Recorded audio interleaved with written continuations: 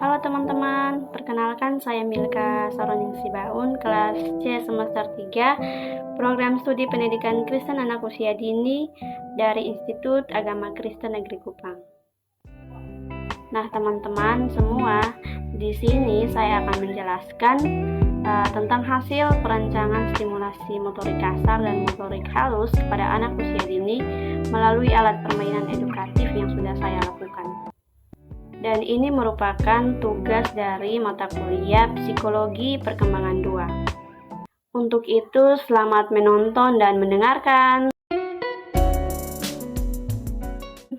Oke teman-teman, perlu kita ketahui bahwa motorik kasar dan motorik halus merupakan salah satu aspek perkembangan anak usia dini.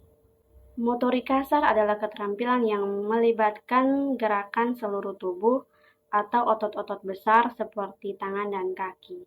Nah, keterampilan ini membutuhkan keseimbangan dan koordinasi antara beberapa bagian tubuh.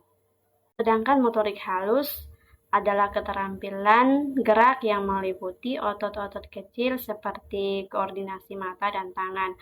Contohnya menggunting, menggambar, mewarnai, dan sebagainya.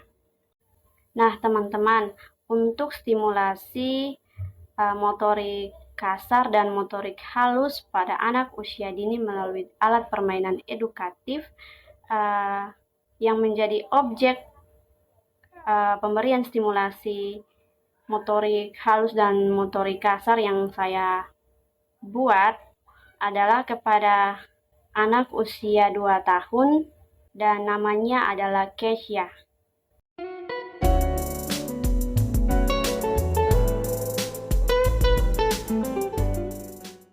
Nah, stimulasi perkembangan motorik halus pada anak usia dini yang saya gunakan adalah menggambar jari-jari tangan.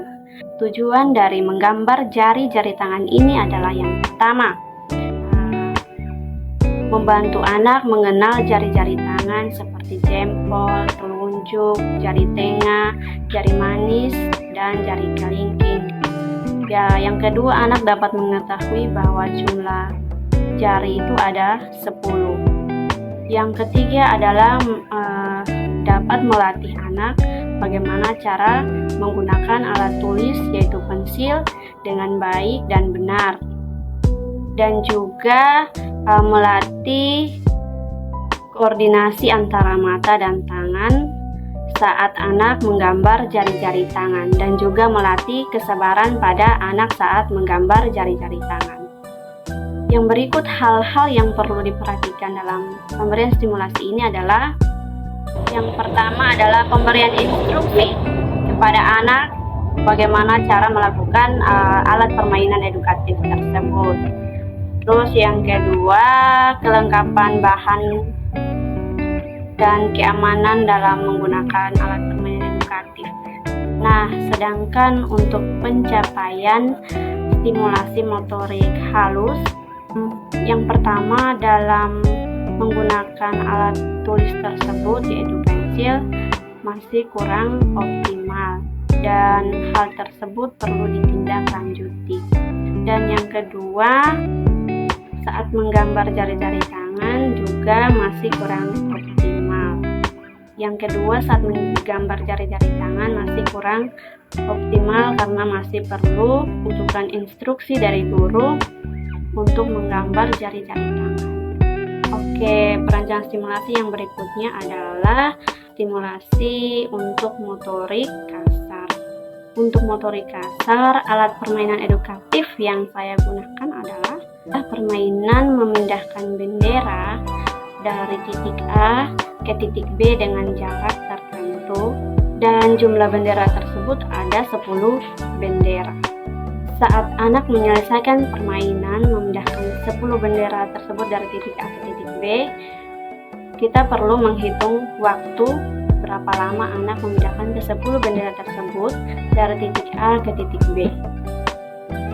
Nah, tujuan dari alat permainan ini adalah yang pertama, melatih kekuatan otot kaki pada anak.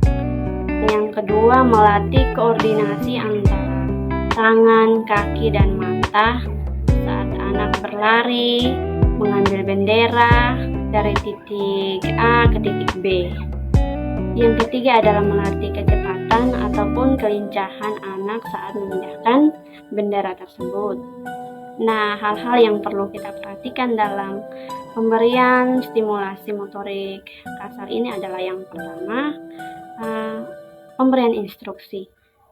Yang kedua adalah pemberian semangat atau apresiasi kepada anak saat melakukan permainan tersebut. Nah, untuk hasil pencapaian stimulasi motorik kasar ini adalah yang pertama, anak mampu memindahkan semua bendera-bendera tersebut dari titik A ke titik B. Yang kedua, koordinasi antara kaki, tangan, dan mata pada anak sangat baik saat melakukan permainan tersebut. Nah, demikian hasil perancangan stimulasi motorik kasar dan motorik halus yang saya berikan kepada adik Kesia. Shalom, dadah.